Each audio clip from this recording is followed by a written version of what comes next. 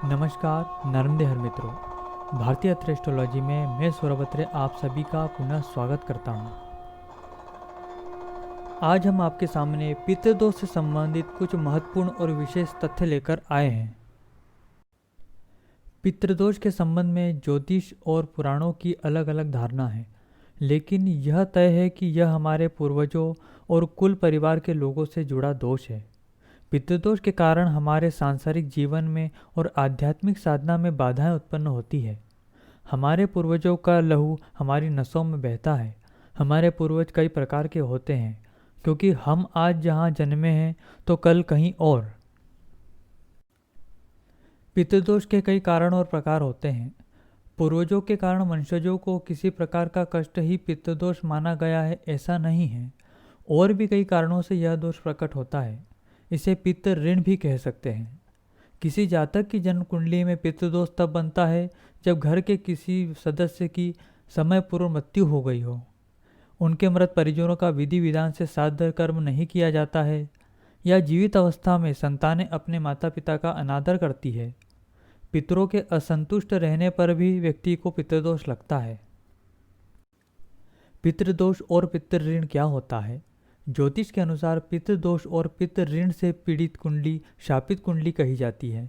ऐसे व्यक्ति अपने मातृपक्ष अर्थात मामा के अतिरिक्त मामा मामी, मौसा मौसी, नाना नानी तथा पितृपक्ष अर्थात दादा दादी, चाचा चाची, ताऊ ताई आदि को कष्ट व दुख देता है और उनकी अवहेलना व तिरस्कार करता है।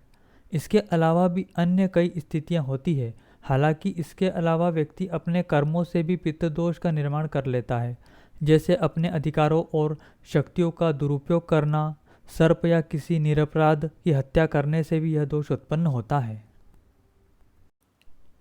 यह पितृदोष पिछले पूर्वज बाप दादा परदादा से चला आता है, जो 7 पीढ़ियों तक चलता रहता है।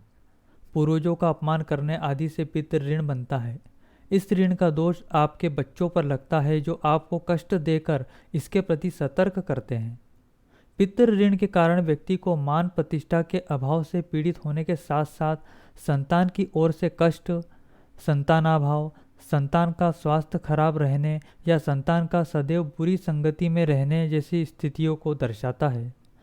पितृदोष के और भी दुष्परिणाम देखे गए हैं, जैसे कई असाध्य व गंभीर प्रकार का रोग होना, पीढ़ियों से प्राप्त रोग को भुगतना या ऐसे रोग होना जो पीढ़ी दर पीढ़ी चलता रहे। पितृदोष का प्रभाव घर की स्त्रियों पर भी पड़ता है। जानते हैं पितृदोष के कारण क्या नुकसान देखने को मिलते हैं। व्यक्ति को मानसिक परेशानी हमेशा लगी रहती है तथा पारिवारिक संतुलन नहीं बैठ पाता है। जीवन में बहुत ज़्यादा पैसा कमाने के बाद भी घर में बरकत नहीं हो पाती। परीक्षाओं तथा साक्षात्कार में भी असफलता मिलती है। यदि आप सरकारी या प्राइवेट नौकरी में हैं तो अपने उच्च अधिकारियों की नाराजगी झेलनी पड़ती है। वंशवृद्धि रुक जाती है। संतान प्राप्ति में बहुत ज़्यादा बाधाएं आती है। जानते हैं पितृदोष के लक्षण।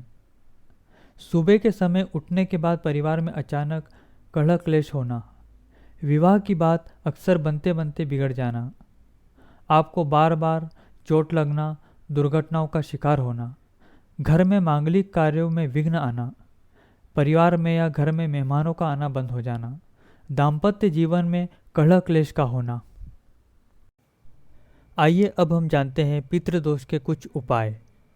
मुख्य रूप से गयाजी में त्रिपिंडी श्राद्ध किया जाना चाहिए। हर बृहस्पतिवार और शनिवार की शाम पीपल की जड़ में जल अर्पण करें और उसकी 7 परिक्रमा करें।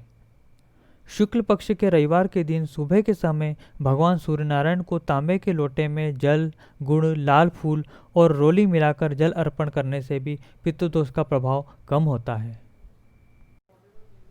तो आज के लिए बस इतना ही। दोबारा मुलाकात होगी, तब तक के लिए नमस्कार। नर्मदे हर।